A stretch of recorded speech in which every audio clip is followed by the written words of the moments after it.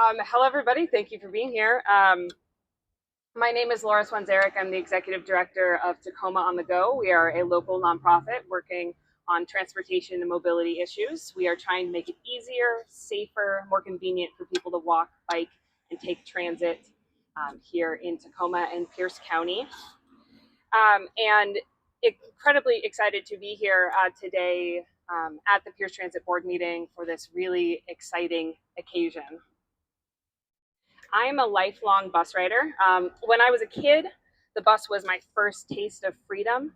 It was how I got to the mall with my friends or into the city, or sometimes just to hop on buses and see where they took us. It's how I learned how to be my own independent person. When I was in college, the bus was honestly, truly everything. It's how I got to the grocery store. It's how I got home safely after a late night. It's how I got home for the holidays. And now, as a working professional, the bus is reliable commuting. It's getting to community events without having to worry about parking. It gets me where I need to go. I've lived in places that have great transit. I've lived in places with okay transit. I've lived in places with no transit at all. And I'll tell you from experience that transit is a lifeline. Transit brings communities together. Great transit connects people to opportunities, resources, and to their lives. Pierce Transit is chronically underfunded compared to peer agencies, which means that the people of Pierce County are chronically underserved. Funding has not been increased since 2002. And the voters haven't even been asked the question on whether to increase that funding since 2012. And now is the time. Pierce County deserves transit that is frequent, reliable, and connected. We call on the Pierce Transit Board to act boldly and to move to send this funding package to the voters this November. And I'm incredibly grateful to be standing with this group of people today who will talk more on why this measure matters and why we need and deserve great transit here in Pierce County. So first, I would love to welcome up Crystal Monteros.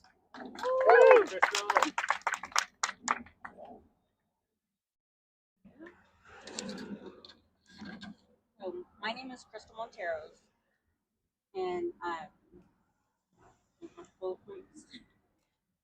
I am a frequent bus rider. I was born with my disability. I started to take the bus, I want to say when I was like fifth, sixth grade in California, actually. So I actually have taken the bus in like California, Colorado, just all the different states that I've lived in. And I can honestly say I've experienced so many different challenges in the sense of being a wheelchair user. Everything when it comes to how often the bus comes, and being that like whether the bus is overcrowded with being real able-bodied people, and they just don't have room for a person with a disability. You know, to there already being two wheelchair users on the bus. You know, which there's I don't think people realize that there's only two spots for wheelchair users on the bus. You know, on each individual bus. But that being said, uh, I'm a real big advocate when it comes to people with disabilities, and so I do things in groups like this. You know, there's plenty of groups that I have been in with just multiple wheelchair users. So say it's a group of us and we want to all take public transit. You know, if it's one of those bus routes that only go like once every hour. Say there's a group of us wheelchair users that's like, you know, maybe 4 or 5 of us wheelchair users. Just imagine if the bus only goes every hour, two of us can only go if those spaces are available. Two of us can go, you know, and then we literally have to wait another hour for the next two people just to go, you know. And I mean, it takes so long where if the bus basically would run every 15 minutes, you know, then we can have like two people get on the bus and then go 15 minutes later, catch the next bus, you know, and then we can just meet each other within like a half an hour time period. I mean, it's a wait, but it's not as bad as 3 hours just for 5 people to get to the same location. I mean, really. So it's that's one of the main reasons why I would think we would need better transportation for people with disabilities. People think, and being real, that's if two spots are actually available. And I mean, I was actually just talking to Laura on the way over here. Like, it could be that the say there aren't even two wheelchairs on the bus.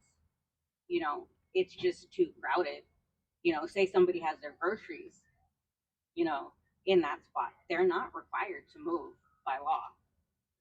They're not required to move just because that's a disabled spot or whatever. So there could be so many different scenarios. But that being said, I know that was a lot. But aside from public transportation, when it comes to the shuttle services, I take the shuttle as well. There's just certain locations where it's just too hard to take the public bus. So it's easier to take shuttle or anything. But then at the same time, with shuttle can only take you to certain locations. Like, one example, I'm really close to my family. I have all kinds of nieces and nephews.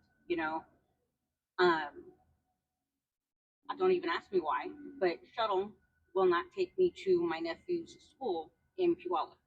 So anytime he has like a concert or if he's in band, I literally have to get dropped off 2 blocks down from his events, his school events and stuff. And my sister literally has to go and pick me up 2 blocks down just to take me to the school when the shuttle could have just gone an extra 2 blocks. To this day I don't get why that is, but if they have more stops, then it would make my life a whole lot easier. Like, not only my life, but my sister's life as well. And it would make family engagement you know, a lot more fun, really, and less stressful. But yeah, so that's my stuff. Thank you so much, Crystal. I would like to welcome up Eileen Cahill. Let's go. Hi. Oh, yeah. Like Laura, I grew up riding the bus. That was high school and college many, many years ago. But then got my car, got many cars, and hadn't ridden a bus in a long time. About 2 years ago, I was faced with the need to replace my car if indeed I wanted to. And I thought, well, maybe this is time that I should check out the bus service, check out transit. I live pretty convenient to the Route 1, which is a frequent route. So I thought, well, I'll at least give it a try and see how it goes. Well, I was pleasantly surprised. I could get to most of the places that I routinely want to go. And being a retired person, I have a lot of places I want to go. I volunteer, I go to the Y, I'm going to events and recreation. I have to do my shopping. I have to have medical appointments. But there were a few places that I was stymied and couldn't get to. And that was largely the waterfront. There's not frequent service down to the ferry. So getting there might be okay, but then getting back might not be. They don't run very late. And then I couldn't get to the waterfront on the other end by Chinese Reconciliation Park unless I tried the runner, which I did give a try, and with mixed success. So after some unsuccessful attempts at using it, I haven't tried it again. But I do rely on the bus. I am on the bus at least 6 days a week. And I appreciate, being a senior, I appreciate the reduced fare. But I understand with this measure, that fare could get even better. Because free is better than reduced fare. So I appreciate that. So I, for one, am in favor of this measure. As I understand, it will improve the frequency of many of the routes that I use, extend some of the routes. I've been at events downtown on weekend evenings and been stymied because there was no bus home. So any improved frequency, improved access to places that I would like to get to is much appreciated. So thank you. Woo. Thank you, Eileen. Now we'll hear from Nate Flopper. Thank you. My name is Nathan Laver. I'm the Secretary Treasurer of the Pierce County Central Labor Council. We're Pierce County's largest labor federation with 114 affiliated local unions representing about 43,000 workers. What this is about is working families who are facing a mobility crisis. And that crisis is an affordability crisis. Transportation is the second highest expense that a household carries, right behind housing. And with today's gas prices and the cost of owning and maintaining a car, our working families need more affordable ways to get around. This is about the nurse or medical tech trying to get home after a long shift at the hospital. It's about the janitor or housekeeper who keeps our office buildings, our hotels, and our homes running. It's about the restaurant worker getting to work on time on Saturday because the frequency of the bus doesn't carry through for their 8:30 a.m. shift. Workers keep our communities running, and they deserve a transit system that they can count on. Pierce County has fallen behind our peer communities when it comes to investing in public transit. And now is the opportunity to invest in the people who make our economy work every single day. Strong transit strengthens our workforce, supports local businesses, and makes our communities more affordable and more connected.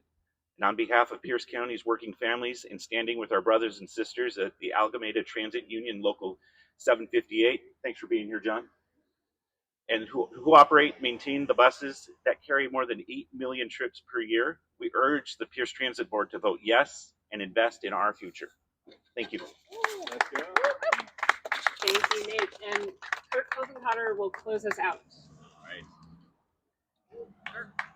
Let's go. Thanks, Laura.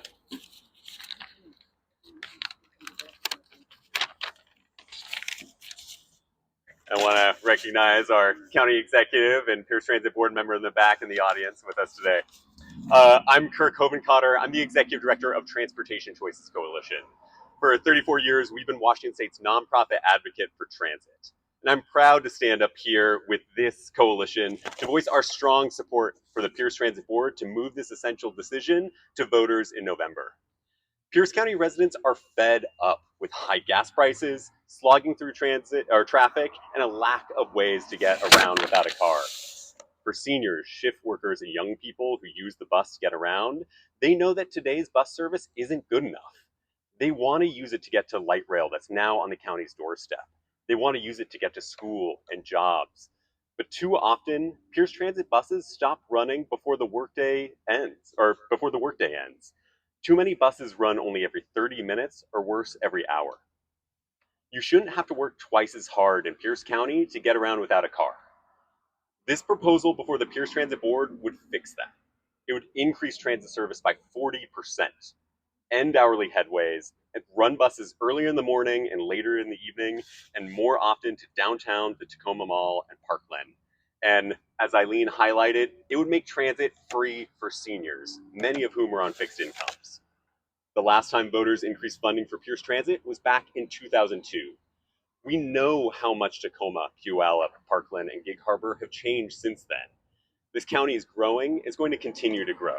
If we're going to make it an affordable place to live that isn't clogged with traffic, we need great buses. Pierce Transit and Pierce County is at a crossroads. It can continue to leave its residents to pay out of their pocket for gas, or can give them an option that will make their lives better. For too long, Pierce County has been falling behind other counties in Washington because our leaders haven't had the courage to bring this question to voters. We believe this board in this room behind us has that courage. The voters are ready. November 2026 is our time, and let's keep Pierce moving. Thank you for your time, and let's give a round of applause for our speakers. And really, a photo is worth 1,000 words. So we're going to get together, we're going to move the podium, we're going to take a photo, and then we're going to get in there and give some testimony. But thanks everyone for coming out today.